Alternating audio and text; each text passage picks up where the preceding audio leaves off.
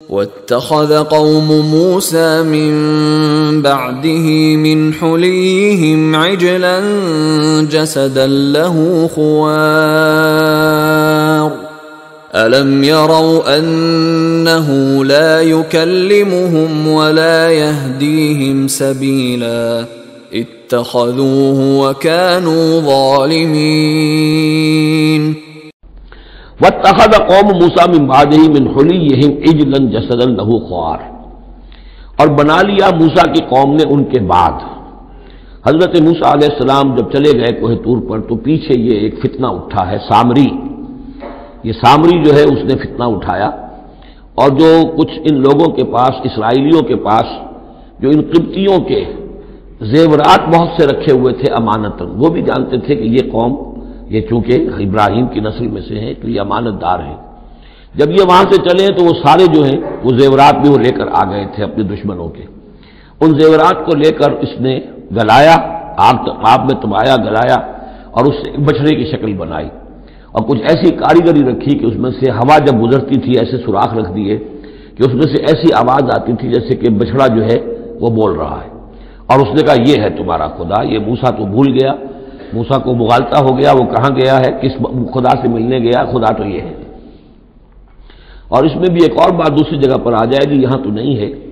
کہ حضرت موسیٰ علیہ السلام اصل میں اپنے اشتیاق اور محبت اور شوق اور جذبے کی وجہ سے قبل از وقت چلے گئے تھے،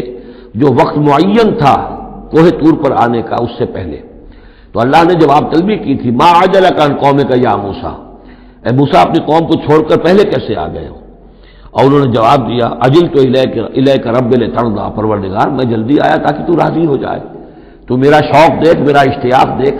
تیری محبت، تجھ سے گفتگو اور کلام کی جو میرے اندر شوق ہے اس کی وجہ سے آیا ہوں۔ تو گویا کہ وہ تو شاباش کی توقع رکھتے تھے، یہاں ڈانٹ پڑ گئی۔ ما عجلک عن قومک یا موسیٰ قال عجلت الیک رب لترضی، لیکن اللہ نے فرمایا فإنا فتنا قومک من بعدک،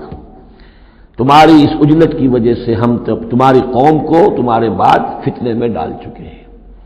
تو جلدی خیر کے لیے بھی نہیں کرنی چاہیے، خیر کے کام کو بھی عین وقت پر سہج سہج پکے سو میٹھا ہو۔ تو اس اضلهم سامری نے انہیں گمراہ کر دیا ہے،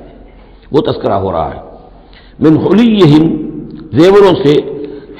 عجلا جسدا، ایک بدن سا بنایا بچھڑے کا سا، لہو خوار، جس میں گائے کی سی آواز آتی تھی۔ الم یروا انہ لا یکلمہم، کیا انہوں نے یہ نہیں غور کیا کہ وہ نہ ان سے بات کر سکتا ہے، وہ گدھے کسی یا گھوڑے کسی یا بچھڑے کسی آواز سے تو کوئی بات نہیں بنتی، ولا یہدیہم سبیلا، نہ انہیں وہ کوئی راستہ بتا سکتا ہے۔ اتخذوہ وکانوا ظالمین، انہوں نے اسی کی عبادت شروع کر دی، اسے معبود بنا لیا اور وہ تھے بہت ظالم۔